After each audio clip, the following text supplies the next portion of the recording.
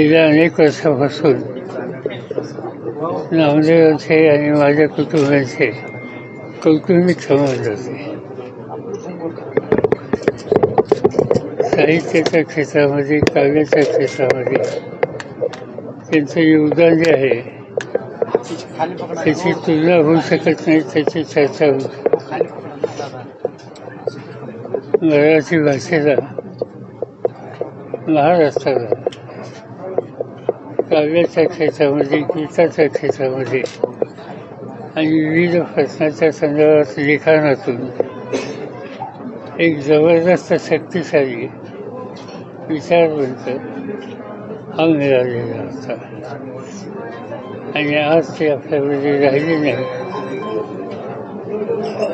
त्यामुळं अशा एका दूरदृष्टी असलेल्या व्यक्तीला संपूर्ण महाराष्ट्र आपण सगळे मुकलेले आहोत. नामदेवांचं काव्याच्या क्षेत्राचं योगदान हे सगळ्या जगाला माहिती आहे. पण शेतीच्या क्षेत्रामध्ये त्यांची जी आस्था होती, बारकाईने अभ्यास करण्याची भूमिका होती आणि शिवार आणि शेताच्या पिकावर त्यांची जी बांधिलकी होती, आस्था होती, प्रेम होतं, याची चर्चा होऊ शकत नाही.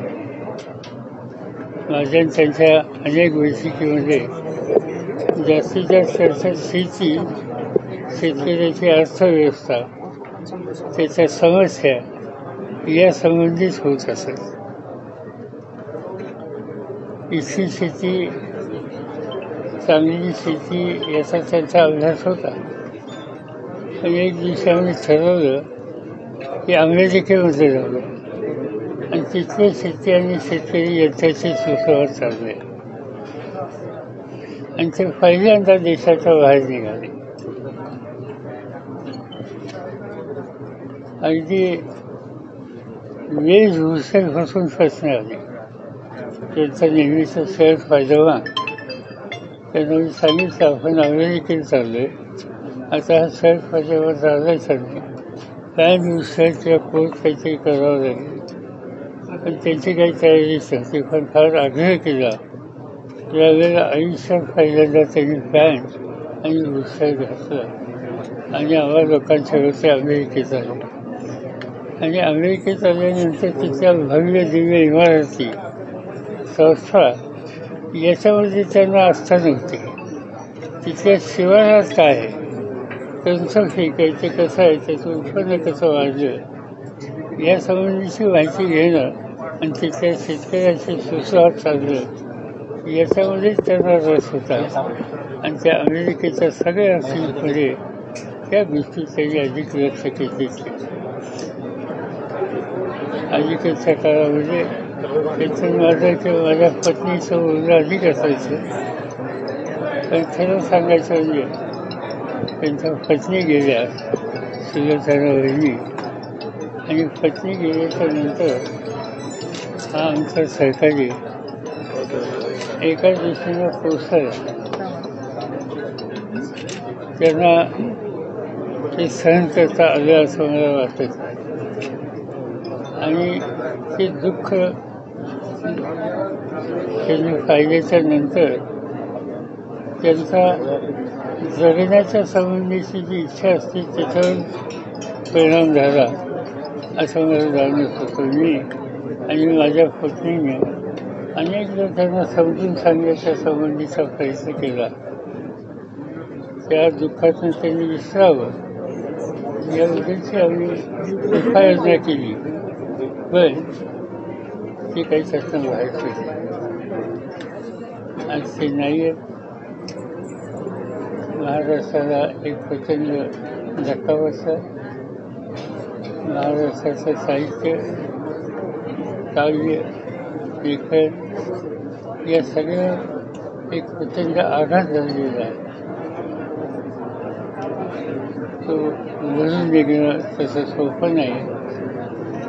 पण आपण एवढं बघूया की नवी पिढी त्यांच्या काव्यातून, त्यांच्या कवितेतून काहीतरी प्रेरणा घेईल आणि अजंता परिसरामध्ये एक जबरदस्त साहित्यिक, जबरदस्त कवी होऊन त्यांनी एक इतिहास निर्माण केला.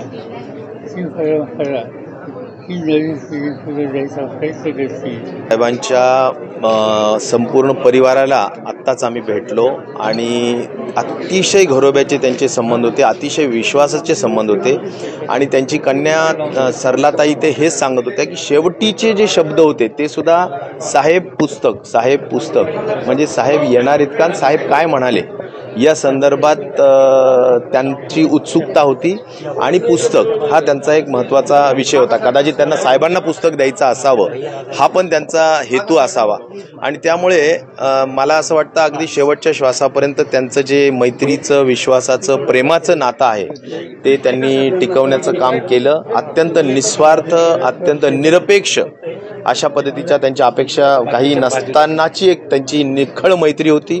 सरलाताई हे पण सांगत होते की आता शेवटच्या ज्यावेळी ते थोडे फिरत होते, आता 1-2 महिने अगोदर, 3 महिने अगोदर, त्यावेळी त्यांची अपेक्षा होती की मला पवारसाहेबांना फक्त भेटायला जायचं आहे किंवा माझ्या काही प्रेमाच्या लोकांना फक्त भेटायला जायचं आहे, त्यामध्ये सुद्धा बारामतीला मला घेऊन जावं अशी सुद्धा त्यांनी अपेक्षा व्यक्त केलेली होती.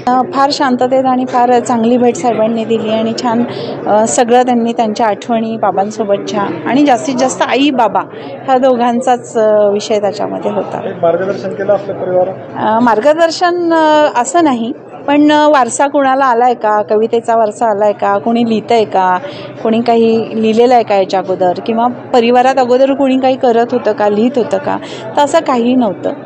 ॲक्च्युली हे सगळं बाबांनाच उपजतच आलेलं हे होतं. तेच आम्ही आता सांभाळण्याचा प्रयत्न करणार आहोत. जास्तीत जास्त बाबांच्या ज्या आठवणी आहे किंवा बाबांचे जे काही सगळे इतके जवळचे मित्र आहेत पवारसाहेबांसारखे आणि बाकीचे पण, यांच्यासाठी आम्ही सतत कार्यरत राहू आणि त्यांच्या मार्गदर्शनानेच पुढे जाऊ आम्ही.